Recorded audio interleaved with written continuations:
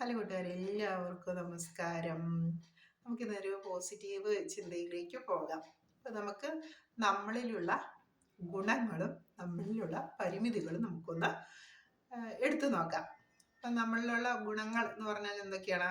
നമുക്ക് ജഗദീശ്വരൻ അനുഗ്രഹിച്ചു തന്നിട്ടുള്ള ഗുണങ്ങൾ എന്തൊക്കെയാണ്? ഇപ്പം നമ്മൾ മറ്റൊരാളെ സഹായിക്കാനുള്ള സഹായക മനസ്ഥിതി. അപ്പം മറ്റ് ബുദ്ധിമുട്ടുകളൊക്കെ അനുഭവിച്ച് അല്ലെങ്കിൽ രോഗാവസ്ഥയിൽ കഴിയുന്ന ആളെ കാണുകയാണെങ്കിൽ എല്ലാവരും ഒന്നും സഹായിച്ചു കൊള്ളണമെന്നില്ല. ഒന്നെങ്കിൽ ശാരീരികമായിട്ടോ അല്ലെങ്കിൽ പണം കൊടുത്തോ ഒക്കെ സഹായിക്കാൻ ഏത് വിധേനയാണ് നമുക്ക് സാധിക്കുന്നത്. അങ്ങനെ ഒരു സഹായക മനസ്ഥിതി ഉണ്ടെങ്കിൽ നമുക്ക് അതൊരു മെറിറ്റായിട്ട് പറയാം, അല്ലേ? നമുക്ക് മറ്റുള്ളവരെ സഹായിക്കാനുള്ളൊരു മനസ്ഥിതി ഉണ്ട്. പിന്നെ എന്താണ്, നമുക്ക് നന്നായി സംസാരിക്കാൻ, അല്ലേ? കാര്യങ്ങൾ നല്ല വിധം അവതരിപ്പിക്കാനുള്ള ഒരു കഴിവ്. അപ്പോൾ ആ കഴിവ് എല്ലാവർക്കും ഉണ്ടാവണമെന്നില്ല. ചില ആളുകൾക്ക് നല്ല രീതിയിൽ കാര്യങ്ങൾ അവതരിപ്പിച്ച് പ്രസന്റ് ചെയ്യാനുള്ളൊരു കഴിവുണ്ടായിരിക്കും. അതൊരു കഴിവാണ്. അതുപോലെ തന്നെ പാട്ട് പാടാനുള്ള കഴിവ്, അല്ലേ? പാട്ട് പാടാനുള്ള കഴിവ്, അല്ലെങ്കിൽ അഭിനയിക്കാനുള്ള കഴിവ്. നമ്മൾ സിനിമ നടന്മാർ അല്ലെങ്കിൽ നടിമാര് അപ്പം അഭിനയിക്കാനുള്ള കഴിവ്, പാട്ട് പാടാനുള്ള കഴിവ്, പ്രസംഗകല അല്ലെങ്കിൽ ലീഡർഷിപ്പ് ക്വാളിറ്റി, നേതാവായിക്കൊണ്ട് ഒരു കൂട്ടം ആളുകളെ നയിച്ചുകൊണ്ട്, സത്യസന്ധമായി നയിച്ചുകൊണ്ട് എല്ലാവർക്കും നേതാവാകാൻ പറ്റും. പക്ഷെ അങ്ങനെയുള്ള നേതാവല്ല, നല്ലൊരു നേതാവ് സത്യസന്ധമായ രീതിയിൽ ആളുകൾക്ക് പ്രയോജനകരമായ ഗുണകരമായ രീതിയിലുള്ള ഒരു നേതാവായിരിക്കുക, അല്ലേ?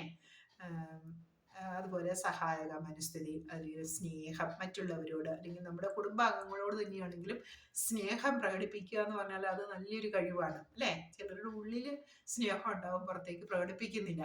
അപ്പോൾ അങ്ങനെ വരുമ്പോഴും ആ കുടുംബാന്തരീക്ഷത്തിൽ ചില എക്കച്ചക്കലുകളൊക്കെ ഉണ്ടാവും. പക്ഷെ സ്നേഹം എപ്പോഴും പ്രകടിപ്പിക്കുന്ന ഒരാള് അഭിനന്ദനങ്ങൾ അറിയിക്കേണ്ട സമയത്ത് അഭിനന്ദനങ്ങൾ അറിയിക്കുക, അല്ലെങ്കിൽ ചേർത്ത് പിടിച്ച് നിർത്തുന്ന സാഹചര്യങ്ങൾ ചേർത്ത് പിടിച്ച് നിർത്തുക, അതൊക്കെ സ്നേഹം പ്രകടിപ്പിക്കുന്ന ആളുകൾക്കാണ് പറ്റുന്നത്, അല്ലേ? അതുപോലെ സ്നേഹം പ്രകടിപ്പിക്കുക, നേതാവായി ഒരു സമൂഹത്തെ നയിച്ചുകൊണ്ട് പോവുക, പാട്ടുപാടി രസിപ്പിക്കുക, കഥ പറഞ്ഞ് രസിപ്പിക്കുക, അതുപോലെ തന്നെ അഭിനയം കാഴ്ചവെക്കുക, അല്ലേ? അങ്ങനെ നമുക്ക് നോക്കുകയാണെങ്കിൽ നമുക്ക് എന്തൊക്കെ ഇപ്പം ഒരു കുടുംബമായിട്ട് താമസിക്കുന്ന അച്ഛനമ്മ, മക്കള്, മുത്തച്ഛൻ, മുത്തശ്ശി, സഹോദരൻ, സഹോദരി, അങ്ങനെയൊക്കെ ഇരിക്കുമ്പോഴേക്കും എന്താണ്, അവിടെ എന്തെങ്കിലും ഒരു അസ്വാരസ്യമൊക്കെ ഉണ്ടാവുകയാണെങ്കിൽ എന്താണ്, ആളുകളെയൊക്കെ പറഞ്ഞ് മനസ്സിലാക്കിയ കാര്യങ്ങൾ പറഞ്ഞ് ബോധ്യപ്പെടുത്തി ആ ഒരു അരക്ഷിതാവസ്ഥ ഒഴിവാക്കാൻ കഴിയുന്നു. അങ്ങനെ മധ്യസ്ഥത വഹിക്കുവാനുള്ള അതൊക്കെ ഒരു കഴിവാണ്, അല്ലേ? അപ്പൊ എല്ലാവരെയും കൂട്ടി യോജിപ്പിച്ച് കൊണ്ടുപോകാനുള്ള കഴിവ്, ഇതൊക്കെ ഓരോരുത്തരുടെയും കഴിവുകളാണ്. അപ്പൊ നമ്മൾ സ്വയം ഒന്ന് ചിന്തിക്കുക, നമ്മൾ കണ്ണടച്ചിരിക്കുക, അല്പം ഒന്ന് കണ്ണടച്ചിരിക്കുക, എന്നിട്ട് ധ്യാനിക്കുന്ന പോലെ ഇരുന്നിട്ട് എനിക്കുള്ള കഴിവുകൾ എന്തൊക്കെയാണ്, 1, 2, 3 ഇങ്ങനെ എണ്ണി നോക്കുക. അത്രയും കഴിവുകളുണ്ട്. അപ്പൊ എന്താണ്, നമുക്ക് സന്തോഷമായി. എന്നിട്ട് നമ്മളൊന്ന് ചിരിക്കുക. എനിക്ക് ഇത്രയും കഴിവുകളുണ്ട്. എല്ലാ ആളുകളിലും ഓരോരോ തരം കഴിവുകളുണ്ട്.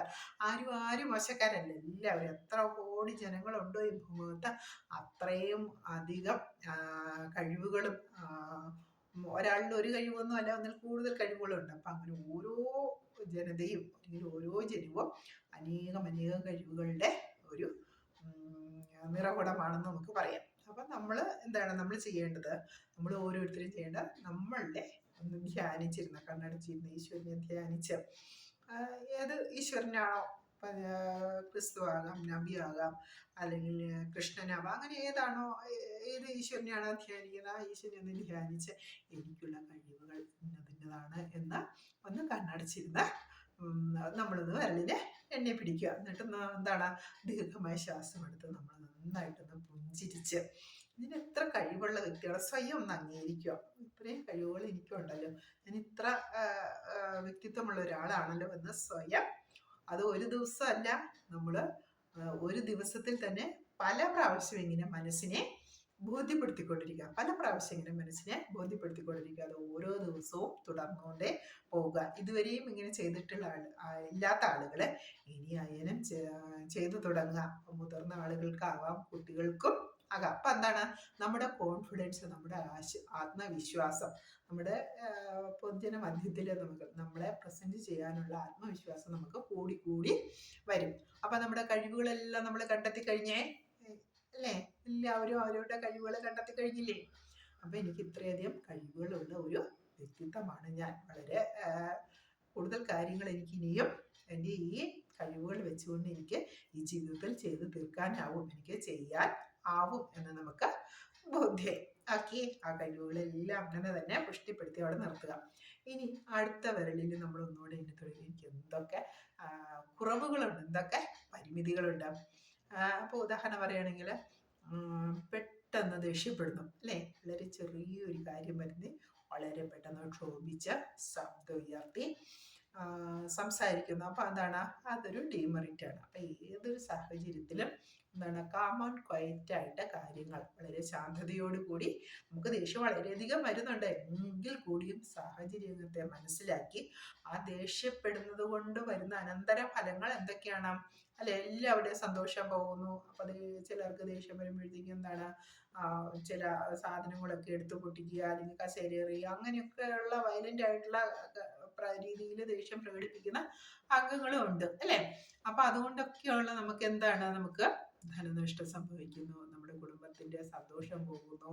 അതുപോലെ മറ്റാളുകൾ വളരെയധികം ദേഷ്യപ്പെടുന്ന അച്ഛനും അമ്മയും ഒക്കെ ആണെങ്കിൽ എന്താണ്? കുട്ടികൾ ഓപ്പണായിട്ട് സംസാരിക്കാൻ മുതിരാതെ അവർ സ്വയം അവരുടെ കാര്യങ്ങൾ മനസ്സിൽ അടക്കി മറ്റു കൂട്ടുകെട്ടുകളിലേക്കൊക്കെ പോകാനുള്ള സാഹചര്യമുണ്ട്. അപ്പൊ നമ്മൾ എന്താണ്? എനിക്ക് ഇങ്ങനെയുള്ളൊരു പരിമിതി ഉണ്ട്, ദേഷ്യപ്പെടുന്നു, അല്ലെങ്കിൽ മറ്റുള്ളവർ എനിക്ക് ഇഷ്ടംപോലെ പണമുണ്ട് പക്ഷെ ഞാൻ ആരെയും സഹായിക്കുന്നില്ലല്ലോ, അങ്ങനെ ഒരു അപ്പൊ അങ്ങനെയുള്ള ഓരോരോ കുറവുകൾ നമ്മൾ എണ്ണി എടുക്കുക. അപ്പൊ നമ്മൾ തന്നെ സ്വയം, നമ്മൾ മറ്റാരോടും പറയുന്നില്ല, നമ്മളെ മനസ്സിൽ ചെയ്യുന്ന കാര്യങ്ങളാണ്. അപ്പൊ നമ്മുടെ കുറവുകളെ കണ്ടെത്തിയിട്ട് നമ്മൾ ഓരോ ദിവസവും എന്താണ്? ഇത് തുടരുക. ഓരോ ദിവസവും നമ്മൾ എന്താണ്? പ്രഭാതത്തിലാകാം, ഉച്ചയ്ക്കാകാം, വൈകുന്നേരം കിടക്കുന്നതിന് മുൻപാകാം, ഇപ്പോൾ വേണമെങ്കിൽ നമ്മൾക്ക് ഫ്രീ ആയിട്ടിരിക്കുന്ന ഒരു നിമിഷം കിട്ടുമ്പോൾ നമുക്ക് നമ്മുടെ കഴിവുകൾ ഇത്രയുണ്ടെന്ന് നമ്മൾ നമുക്ക് കണ്ടെത്താം. അതുപോലെ നമ്മുടെ കുറവുകൾ ഇത്രയുണ്ടെന്നും നമുക്ക് കണ്ടെത്താം. എന്തിനു വേണ്ടി നമ്മളിത് കണ്ടെത്തുന്നത്? നമുക്ക് ഇന്നത്തെക്കാൾ കൂടുതൽ ഉയർന്ന ഒരു സാമൂഹിക സ്ഥിതിയോടുകൂടി നമുക്ക് ജീവിക്കണം എന്നുള്ള, സമൂഹത്തിലെ നമ്മളെ തന്നെ പ്രസന്റ് ചെയ്യണം എന്നുള്ള ആഗ്രഹത്തോടു കൂടിയാണ് അല്ലേ? അപ്പൊ നമ്മൾ ചെയ്യേണ്ട കാര്യങ്ങൾ, നമ്മുടെ ഈ കഴിവുകളെ നമ്മൾ കൂടുതൽ പുഷ്ടിപ്പെടുത്തിക്കൊണ്ട് വരികയും കൂടുതൽ സമൂഹത്തിൽ പ്രയോജനപ്പെടുത്തുകയും ഈ പരിമിതികളെ പരമാവധി നമുക്ക് കൺട്രോൾ ചെയ്ത് നമുക്ക് ഒറ്റ ദിവസം കൊണ്ടൊന്നും, വളരെയധികം ദേഷ്യപ്പെടുന്ന ഒരു വ്യക്തിക്ക് ഒറ്റ ദിവസം കൊണ്ട് അടുത്ത ദിവസം തൊട്ട് ഞാൻ ദേഷ്യപ്പെടില്ല എന്ന് പറഞ്ഞു കഴിഞ്ഞാൽ അങ്ങനെ ദേഷ്യപ്പെടാതിരിക്കാൻ സാധിക്കില്ല. അവർ ആ ദേഷ്യപ്പെടുന്ന അത് നമ്മൾ സ്വയം മനസ്സിലാക്കി അത് കൺട്രോൾ ചെയ്ത് നമുക്ക് ആ ഒരു കുറവിനെ, ആ ഒരു പരിമിതിയെ നമുക്ക് പൂർണ്ണമായിട്ടും ഇല്ലാതാക്കാം. നാളുകൾ കൊണ്ടുള്ള പരിശീലനം കൊണ്ട് നമുക്കത് ഇല്ലാതാക്കാൻ പറ്റും. അപ്പൊ എന്താണ്? ആ ഒരു ഡീമെറിറ്റ് നമ്മളിൽ നിന്ന് മാറി.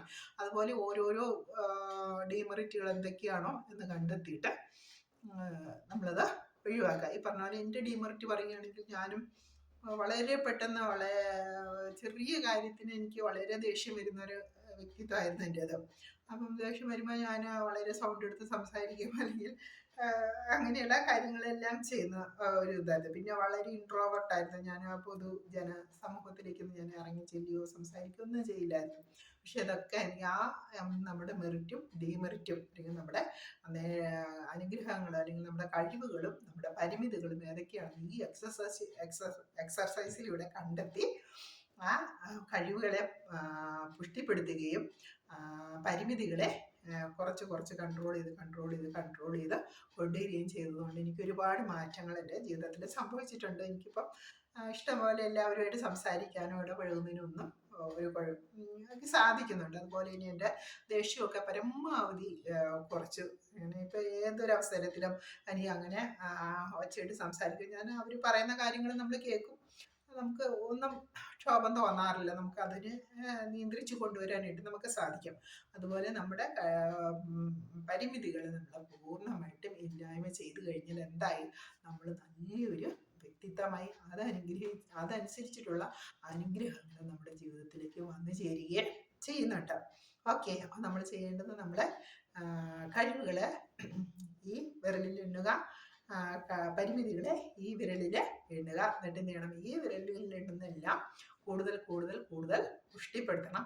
ഈ വിരലിൽ എണ്ണുന്ന വലിയ എന്താണ് കുറച്ച് കുറച്ച് കുറച്ച് ഈ വിരലിൽ എണ്ണാൻ ഒന്നുമില്ലാത്ത വിധം ആവണം നമ്മുടെ ഈ വിരല് ആണ് കൂടുതൽ കൂടുതൽ ഉയർന്ന് നിൽക്കേണ്ടത്. ഓക്കെ, താങ്ക് യു കൂട്ടുകാരെ. Thank you.